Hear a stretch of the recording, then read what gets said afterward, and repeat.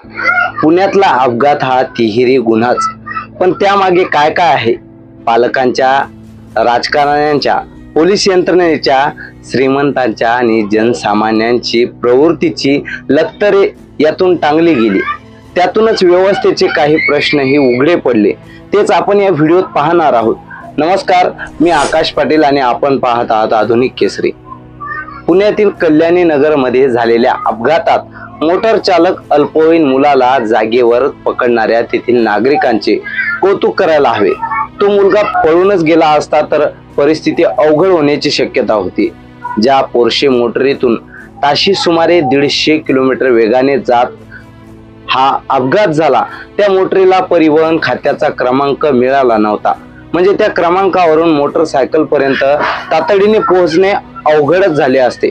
1.25 कोटी रुपये इतक्या किमान किमतीची ती महागडी मोटर गाडी कुणा धनिकाची असणार हे उघडच। मात्र ती चालवणारा त्या धनिकाचा मुलगा वाहन चालवण्याचा परवाना मिळण्यापूर्वीच मोटर चालवतो। त्याचे या धनिक बापाला अतिरेकी कौतुक असणे शक्य आहे। मूल पहिल्यांदा उभं राहिल्यानंतर पालकांना होणाऱ्या आनंदा एवढा हाही आनंद, पण आपण आपल्या मुलाच्या हाती मोटर देताना त्याच्याकडे परवाना नाही हे पालकास माहीत असणार तरी त्यात काय, मी आहे ना अशी प्रवृत्ती बळावते। ती पैशाने आपण काही करू शकतो या मनोवृत्तीतूनच श्रीमंती ओसाडून वाहू लागली की असेच घडते।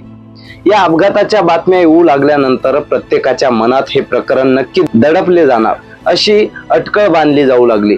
समाज माध्यमात सामान्यांना न्याय कसा मिळत नाही येथपासून ते पब संस्कृती कशी हद्दपार करायला हवी इथपर्यंत सर्व विषयांवर चर्चा सुरू झाल्या। या प्रकरणात अपघात करणाऱ्या मुलाने मद्य घेतले होते याचे व्हिडिओ समाज माध्यमात दिसू लागले। तो कोणत्या पब मध्ये गेला होता आणि तिथे त्याला अल्पवयीन असताना मद्य कसे दिले गेले अशा प्रश्नांची सरबत्ती सुरू झाली। हे सगळे प्रश्न गेले अनेक वर्ष अनेकांच्या मनात आहेत। त्यांची या निमित्तानं जाहीर वाच्यता झाली। निवडणुकांचा काळ असल्याने या अपघाताबाबत राजकीय पुढाऱ्यांनी लगेच पुढाकार घ्यायला सुरुवात केली। पुन्हा आमदाराने अपघात झाल्यानंतर लगेच पोलीस ठाण्यात जाऊन त्या मुलाची रदबदली करण्याची बातमी आली। मोटार तो मुलगा चालवत नव्हता असा युक्तिवाद झाल्याची चर्चा सुरू झाली। मुलाचे पालक पुण्यातील प्रसिद्ध व्यावसायिक असल्यानं अनेक प्रकरणाप्रमाणे हेही प्रकरण दडपलं जाईल अशी शंका व्यक्त होऊ लागली।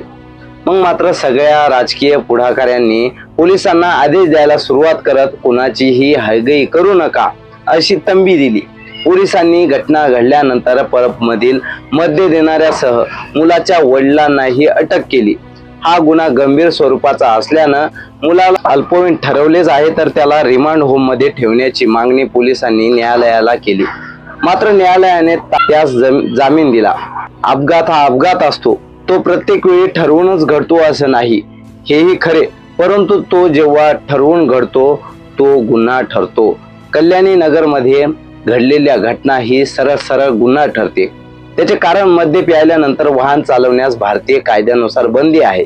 मेंदूवर ताबा सुटल्यामुळे या मुलाने रस्त्यावर येणाऱ्या वाहनांना धडक दिल्या आणि त्यातच मोटरसायकलवरून चाललेल्या युवक युवतींचा मृत्यू झाला। हा मृत्यू देशभरात रस्ते अपघात वर्षभरातून मृत्यू पावणाऱ्या 2.25 लाखांपैकी एक नाही, तो घडून आणलेला गुन्हा आहे। 12वी झालेल्या मुलाने वाहन क्रमांक नसलेल्या मोटरीतून कोणत्या तरी पब मध्ये जाऊन मद्यप्राशन करावे आणि आपल्याला काही झाले नाही असा समज करून घेऊन वाहन चालक असताना स्वतःच मोटर चालवण्याचा हट्ट धरावा, हा बिनडोकपणा म्हणायला हवा।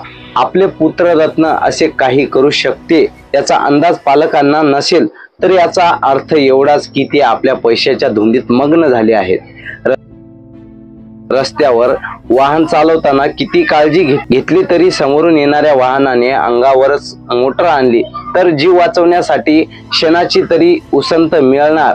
या अपघातात हकनाक मृत्यू पावलेले अनिश दुधिया आणि अश्विन कोष्टा यांना ती मिळाली नाही। प्रत्येकच अपघातात दुर्दैवी असतो, मात्र केवळ दुसऱ्याच्या हलगर्जीपणामुळे जीव गमावणे अधिक क्लेशदायक ठरते। या प्रकरणात वाहन परवाना नसताना वाहन चालवणे हा पहिला गुन्हा तर मद्य पिऊन वाहन चालवणे हा दुसरा गुन्हा। परिवहन खात्याचा वाहन क्रमांक मिळवण्यापूर्वी वाहन रस्त्यावर आणणे हा तिसरा गुन्हा तर मद्य पिण्याची परवानगी देणारा परवाना नसतानाही ते प्राशन करणे हा चौथा गुन्हा। पालकांनी आपल्या पाल्यावर किती प्रेम करावे हे ज्याचा त्याचा प्रश्न, मात्र आपला पाल्य इतरांच्या जीवावर उठणार नाही असेल तर त्याच्यावर कोणते संस्कार करायला हवेत याचे भान नसणे हाही गुन्हाच। आत्ताची पिढी कशी बिघडली आहे हे सिद्ध करण्यासाठी अशा घटनांचा उपयोग समाज माध्यमांनी चर्चेपुरता होत आहे। शिक्षणाचे महत्त्व, कुटुंब आणि संस्कार, कर्तव्य आणि जबाबदाऱ्या, पालकांची जबाबदारी अशा अनेक प्रश्नाभोवती सध्या चर्चा सुरू आहे। त्याचा लंबक आणि पब संस्कृतीच नष्ट करण्याच्या मागणीपर्यंत पोहोचला आहे। मुळात मद्य पिण्यासाठी परवाना लागतो आणि तो जागेवर बसून संगणकाच्या सहाय्याने मिळवता येतो हेच बहुतेकांना ठाऊक नाही। बरे हे माहीत असलेले मद्य विकणारे याबाबत कधीच आग्रही का बरं नसतात? ऐन कोरोना काळात मद्य विक्री करणाऱ्या दुकानासमोर लागलेल्या रांगा आठवल्या आणि देशात वर्षाकाठी 600 कोटी लिटर मद्य प्राशन होत असल्याची माहिती समजली की या सगळ्या प्रश्नाकडे अधिक गांभीर्याने पाहण्याची गरज निर्माण होते। एवढे मद्य रिचवणाऱ्या कित्येकांकडे तो परवाना असेल याची आकडेवारी तर अधिकच रंजक ठरणारी असेल। पुणे शहरात नाताळ आणि नववर्षाचे स्वागत या काळात 1 ते 1.5 लाख तात्पुरते मद्य परवाने नागरिक घेतात, तर वर्षभरात देशी विदेशी मिळून सुमारे 1.25 कोटी लिटर मद्याची विक्री होते। कायदे आणि नियम कागदावर असून चालत नाहीत, जोवर त्याची अंमलबजावणी होत नाही तोवर त्यांचा अर्थ नसतो। त्यामुळे मद्याला दोष देण्यापेक्षा नियमांच्या अंमलबजावणीकडे लक्ष देणे अधिक गरजेचं आहे। हे मान्य करायला समाज मन धजावत नाही। वाहन परवाना नसताना वाहन चालवण्याबद्दल तसेच किती गुन्हे दाखल होत आहेत, किती जणांना शिक्षा व जबरदंड होत आहे, तशी तपासणी करण्यासाठी पोलीस खाते किंवा RTO यांच्याकडे किती मनुष्यबळ आहे, असे सगळेच प्रश्न या निमित्तानं ऐरणीवर यायला हवेत। अन्यथा रोज रस्त्यावर अपघात, मृत्यू पावणाऱ्या हजारो निष्पापांचे क्षणभंगुरे जगणे मातीमोलच ठरते आणि हे न सुटणारे प्रश्न आहेत असं समजून व्यवस्था ही मूग गिळून गप्प बसेल।